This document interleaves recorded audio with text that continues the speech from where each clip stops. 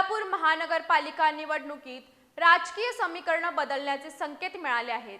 आम आदमी पार्टी आणि वंचित बहुजन आघाडी एकत्र येत महापालिका निवडणूक लढवणार असल्याची घोषणा आज करण्यात आली। कार्यकर्त्यांच्या सन्मानासाठी आणि सर्वसामान्यांना संधी देण्यासाठी ही आघाडी उभी राहिल्याचा दावा पक्षनेत्यांनी केलाय। कोल्हापूर महानगरपालिका निवडणुकीसाठी आम आदमी पार्टी आणि वंचित बहुजन आघाडी यांनी आघाडी जाहीर केली। शहरातील महापालिकेच्या एकूण 81 जागांवर उमेदवार उभे करणार असल्याची घोषणा आपचे संदीप देसाई आणि वंचितचे अरुण सोनवणे यांनी पत्रकार परिषदेत केली। ही निवडणूक केवळ महाविकास आघाडी आणि महायुतीपुरती मर्यादित राहणार नसून आप वंचित आघाडी ताकदीने मैदानात उतरणार असल्याचं त्यांनी स्पष्ट केलं। सर्वसामान्य कार्यकर्त्यांना बळ देणं आणि कार्यकर्ता केंद्रित राजकारण हा या आघाडीचा मुख्य उद्देश असल्याचं यावेळी सांगण्यात आलं।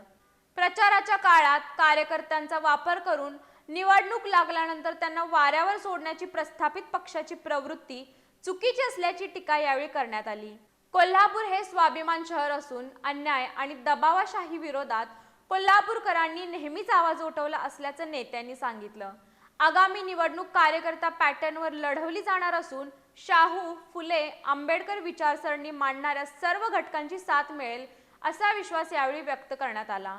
समविचार पक्षांना सोबत घेऊन नागरिकांना एक सक्षम पर्याय देण्याचा निर्धारही आप वंचित आघाडीने व्यक्त केला।